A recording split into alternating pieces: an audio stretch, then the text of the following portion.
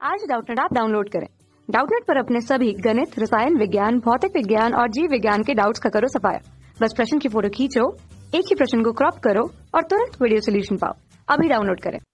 Hello, प्रश्न है दिया गया फलन f(x) बराबर जब x 0 से लेके π/2 के बीच में हो तब फलन की परिभाषा है 6/5 की घात में tan 6x बटा tan 5x। जब x π/2 के बराबर हो तब फलन की परिभाषा b+2 है। जब x π/2 से लेके पाई के बीच में हो तब फलन की परिभाषा है 1 जोड़ परिमाण cos x की घात में a गुना परिमाण tan x बटा b। यदि फलन x बराबर π/2 पर सतत हो तो a और b का मान ज्ञात करो। तो जैसा कि हम लोग जानते हैं कि कोई भी फलन x बराबर π/2 पर सतत तभी होगा जब उस फलन का f π/2 पर मान बराबर होगा f π/2 प्लस पर मान के, और ये बराबर होगा f π/2 माइनस पर जो मान आएगा उसके। और यहाँ पर जब x बराबर π/2 है तब मान b जोड़ 2 है, तो यहाँ पर हम लोग इसे लिख लेते हैं f π/2, इस पर मान b जोड़ 2 है फलन का। तो अब हम लोग π/2 माइनस पर देखेंगे। तो जब हम लोग π/2 माइनस में जाएंगे तब फलन की परिभाषा हो जाएगी 6/5 की घात में tan 6x बटा tan 5x। तो हम लोग इसे यहाँ पर लिख लेते हैं x बराबर π/2 माइनस पर। इस पर फलन की परिभाषा है f(x) बराबर 6/5 की घात में tan 6x बटा tan 5x। तो जब हम लोग यहाँ पर x बराबर π/2 रखेंगे तब हमें मिलेगा फलन f π/2 बराबर 6/5 की घात में tan 6 गुना π/2 बटा tan 5 गुना π/2। यहाँ पर जब 2 का विभाजन करेंगे 6 में तो हमें 3 मिलेगा। तो अब हमें tan की 3 पाई और 5 π/2 पर मान चाहिए। इसके लिए हम लोग tan x का ग्राफ देखेंगे। तो इसके लिए हम लोग tan x का ग्राफ खींचते हैं। ये निर्देशांक अक्ष है। अब हम लोग इस पर tan x का ग्राफ खींचेंगे। तो tan x का ग्राफ कुछ ऐसा होगा। ये π/2 होगा, ये मूल बिंदु मतलब ओरिजिन होगा। फिर यहां से ग्राफ कुछ ऐसा जाएगा, ये 3 π/2 होगा और ये पाई होगा। तो यहाँ पर हम लोग इस तरीके से देख सकते हैं कि पाई फिर 2 पाई फिर 3 पाई पर मान 0 होगा, और π/2 3 π/2 फिर 5 π/2 पर मान अनंत की ओर जाएगा। तो इसलिए हम लोग फलन f π/2 माइनस पर मान निकालेंगे। ये बराबर होगा 6/5 की घात में tan 3 पाई का मान तो 0 होगा बटा tan 5 π/2 का मान अनंत होगा। तो इसका मतलब यह मान बराबर होगा 6/5 की घात में 0 के, और यह मान 1 के बराबर होगा। तो हमें f π/2 माइनस का मान 1 के बराबर मिला। अब हम लोग x बराबर π/2 प्लस पर देखेंगे। तो अब हम लोग दिए गए प्रश्न में चलते हैं। तो x बराबर π/2 प्लस पर फलन की परिभाषा है 1 जोड़ परिमाण cos x की घात में a गुना परिमाण tan x बटा b। तो इसको यहाँ पर हम लोग लिख लेते हैं। तो हम लोग यहाँ पर लिखते हैं x बराबर π/2 प्लस पर। x बराबर π/2 प्लस पर परिमाण की परिभाषा जैसा कि प्रश्न में दे रखा है f(x) बराबर 1 जोड़ परिमाण cos x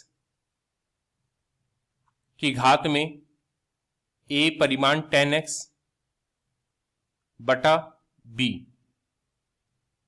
यहां पर x π/2 से लेकर पाई के बीच में है, तो यहां पर cos x है।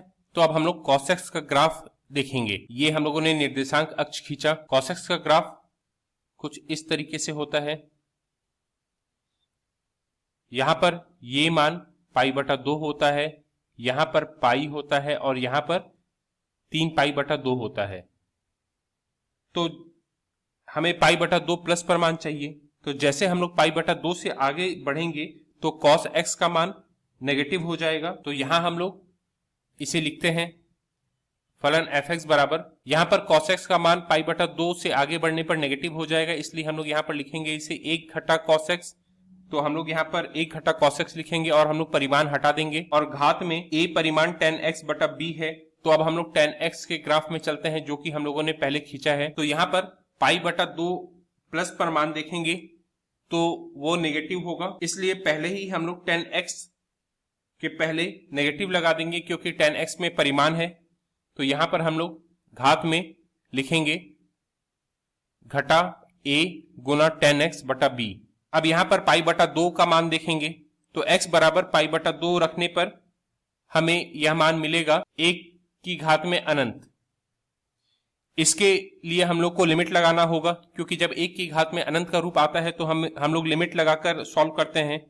तो इसके लिए हम लोग यहां पर इसे लिखते हैं फलन f(x) बराबर लिमिट x जब पाई बटा 2 की ओर जा रहा हो 1 घटा cos x की घात में घटा a गुना 10x बटा b। अब हम लोग यहां पर दोनों तरफ लॉग लगा देंगे। लॉग लगाने से ये जो घात में है ये बाहर आकर गुना में हो जाएगा। तो यहां पर हम लोग लिखते हैं log fx बराबर हम लोग लिखेंगे लिमिट x जब पाई बटा 2 की ओर जा रहा हो घटा a गुना 10x बटा b और यहां पर लिखेंगे log 1 घटा cos x। तो यहां पर हम लोग घटा a बटा b को बाहर निकाल लेंगे। तो इसे हम लोग लिखते हैं घटा a बटा b लिमिट x जब पाई बटा 2 की ओर जा रहा हो यहां पर लिखते हैं 10x गुना log 1 घटा cos x। अब x बराबर पाई बटा 2 रखने पर हमें 10x का मान तो अनंत मिलेगा और log 1 घटा cos x का मान 0 मिलेगा। इसका मतलब यह मान हमें 0 बटा 0 के रूप में मिलेगा। तो 0 बटा 0 एक अनिर्धारक रूप है और जब हमें 0 बटा 0 का रूप मिला है तो हम लोग डीएल हॉस्पिटल नियम लगाएंगे। डीएल हॉस्पिटल नियम के अनुसार हम लोग ऊपर और नीचे दोनों को अलग अलग डिफरेंशिएट करेंगे। तो पहले हम लोग इसे लिख लेते हैं घटा a बटा b लिमिट x जब पाई बटा 2 की ओर जा रहा हो 10x को हम लोग नीचे ले आएंगे तो ये cot x हम लोग यहां पर लिखेंगे और ऊपर हम लोग लिखेंगे log 1 घटा cos x। अब हम लोग इसको डिफरेंशिएट करेंगे डीएल हॉस्पिटल नियम लगाकर।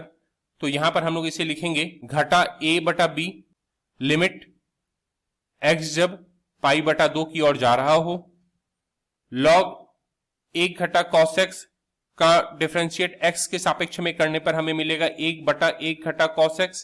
फिर हम लोग 1 घटा cos x का जब डिफरेंशिएट करेंगे तो हमें यह मिलेगा sin x। तो यहां हम लोग sin x लिख लेते हैं क्योंकि cos x का डिफरेंशिएशन माइनस sin x होगा और माइनस पहले से है बाहर में तो माइनस माइनस प्लस हो जाएगा बटा cot x का differentiation minus cos x square x होगा। यहां पर हम लोग दोनों माइनस को कैंसिल कर देंगे क्योंकि दोनों ऊपर नीचे है।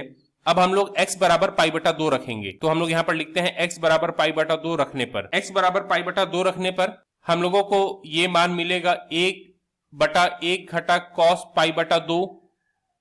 cos पाई बटा 2 0 हो जाएगा तो 1 बटा 1 गुना sin पाई बटा 2 का मान भी 1 होता है तो 1 बटा 1 गुना 1 1 के बराबर होगा बटा cos x स्क्वायर पाई बटा 2 का मान भी 1 होगा।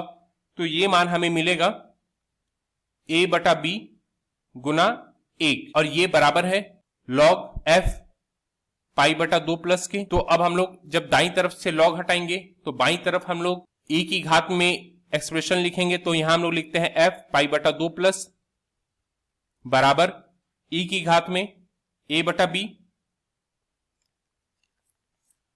तो जैसा कि हम लोगों ने इस प्रश्न के हल के शुरुआत में बोला था कि अगर फलन को पाई बटा 2 पर सतत होना है तो f पाई बटा 2 पर जो मान होगा वो बराबर होगा f पाई बटा 2 प्लस पर जो मान होगा और ये बराबर होगा f पाई बटा 2 माइनस पर जो मान होगा। तो अब हम लोग तीनों मान को लिख लेते हैं और उसको हम लोग आपस में बराबर करेंगे। तो यहां हम लोग लिखते हैं f पाई बटा 2 पर मान जैसा कि प्रश्न में दे रखा है b जोड़ 2 है। हम लोगों ने f पाई बटा 2 माइनस पर जो मान निकाला है वो 1 है और हम लोगों ने f पाई बटा 2 प्लस पर जो मान ज्ञात किया है वो हमें मिला है e की घात में a बटा b। तो अब हम लोग तीनों मान को आपस में बराबर करेंगे क्योंकि फलन x बराबर पाई बटा 2 पर सतत है। तो यहां पर सबसे पहले हम लोग b जोड़ 2 को बराबर करेंगे 1 के। तो यहां हम लोग लिखते हैं b जोड़ 2 बराबर 1। तो यहां से हमें b का मान मिलेगा 1 घटा 2 मतलब घटा 1 के बराबर। अब हम लोग e की घात a बटा b को बराबर करेंगे 1 के। 1 को हम लोग लिखेंगे e की घात में 0। तो इसका मतलब हम लोग लिखेंगे a बटा b बराबर 0। b का मान घटा 1 है मतलब घटा 1 बराबर 0, मतलब यहां से हमें a का मान 0 मिला, तो हमें a का मान 0 मिला, b का मान घटा 1 मिला। यह हमसे प्रश्न में पूछा गया था, यह हम लोगों का उत्तर होगा। धन्यवाद। कक्षा 6 से 12वीं से लेकर नीट, IIT, JEE वो एडवांस के लेवल तक 1 करोड़ से ज्यादा छात्रों का भरोसा। आज ही डाउनलोड करें डाउटनेट ऐप या व्हाट्सएप करें अपने सारे डाउट्स 8400 400 400 पर।